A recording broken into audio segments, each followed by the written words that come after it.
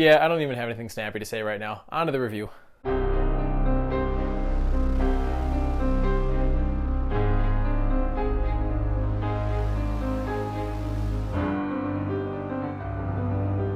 What's up guys, welcome back to the channel. I'm Josh. Today we're going to be reviewing No One Will Save You. This is a Hulu original that did not drop in theaters. You can actually watch it at home right now on your own TV. And I gotta say, this is the second time Hulu has done this in the last 2 years. First time was with Prey last year. I was thinking that movie should have gotten a theatrical release with how much I enjoyed that. And this is another unfortunate case of a movie that honestly deserves to be on the big screen over a lot of the other junk that I've been seeing lately. This movie is directed by Brian Duffield, who I believe was a writer on a couple of films that I'm familiar with. I can't remember what they are off the top of my head, but he does a really good job with the directing in this movie. This also stars Caitlin Dever as Bryn, who is this introvert. Right from the beginning of this movie, it becomes clear that she's isolated herself in her childhood home, which is kind of in the middle of nowhere, and she's clearly haunted by something in her past. And what do you know? One night, she just happens to have a home invasion, and it's aliens. This is a very bizarre film to sit down and watch, especially at home, because it's one of those bizarre, surreal, very abstract films with a lot of ambiguity as to what's actually happening. Instead, it relies a lot on the acting, the visuals, and the themes. So it's very immersive. It's another reason why I wish that this was showing in theaters, because I think I would have enjoyed it even more if I could see it on a big screen with huge speakers, surround sound, dark room, in just the most immersive environment to experience a film in. And yes, the first half of this film is very straightforward. We're introduced to our main character. There's very little dialogue. I think there's I can't even remember if there's a single line of dialogue in this movie, and the fact that I can't remember is probably a good thing because it means that I was invested enough in the story that I can't even remember if characters were speaking or not. But it starts out simple. We're introduced to her, aliens invade her home, she has to defend herself against them, and then the second half happens, and it's a lot of that weird abstract shit that I was just talking about a minute ago. And whether or not that registers with you or not is going to depend on your tastes. Something that I would maybe loosely compare this to is along the lines of Men from last year, Alex Garland's more polarizing horror drama. They aren't like super similar or anything, but there are definitely themes that feel like they are explored with the level of vague ambiguity that film explored them in. So if you know you're the type of person who doesn't like that stuff, this probably won't resonate with you, but it is only 90 minutes, and while there were some slower patches, I never really found myself totally bored during this, especially because the visuals are so good.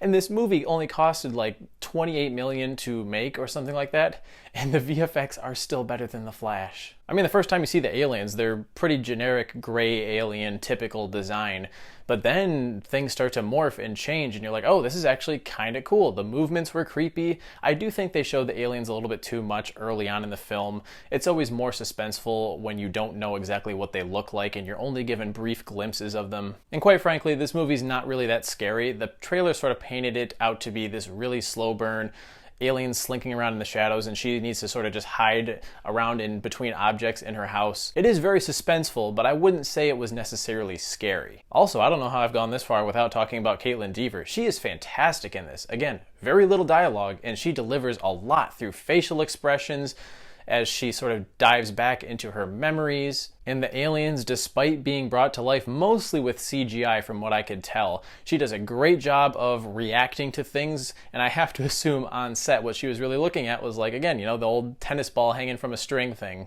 It's tough for an actor to pull off authenticity in that sort of situation, but she does a great job. To the point that I would say she genuinely kind of carries this. As far as the really weird shit in the second half goes, I understand where the director was trying to get at, but at the same time, not really. It sort of leaves a lot up to interpretation. But as far as alien invasion films go, this was really original and actually surprisingly deep. At least in the sense that we're exploring the psyche of this character amid this huge crisis that she's overcoming. Still, I will say, I do think it's a little ambiguous at times. It gets to a point where things happen and you're not sure what's real, you're not sure what's in her head. Also, I did go into this expecting it to take place almost entirely in one location, that being her house.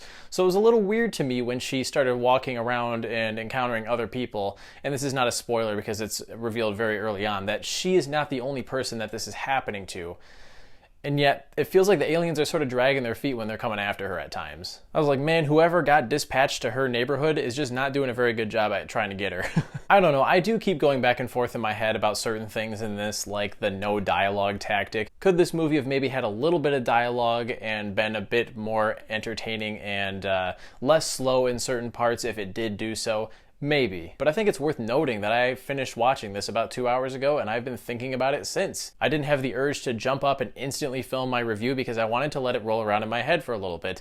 And I still don't know exactly how I feel about it, but I think the fact that it's open to interpretation makes it a very interesting, if puzzling, viewing experience. So I'm going to give this one a 3.5 out of 5 star score. If you're into small scale thrillers that follow one character and deliver those genre sort of staples that you come to expect, yes, she gets chased by aliens and she has to fight back against them, but also it's a very deep character piece that explores some things that a lot of other films of this nature wouldn't. If that sounds like a good deal to you, you'll probably enjoy this, as I very much did. So be sure to let me know in the comments, guys, what did you think of this? I didn't have very high expectations for this because it was dumped into Hulu's release slate, not even given a theatrical release, so I assumed that they just didn't have very much faith in it, and maybe they didn't, but they probably should have. As always, guys, don't forget to hit that like button and subscribe if you want to see more videos like this, and I'll catch you all in the next one. See you later.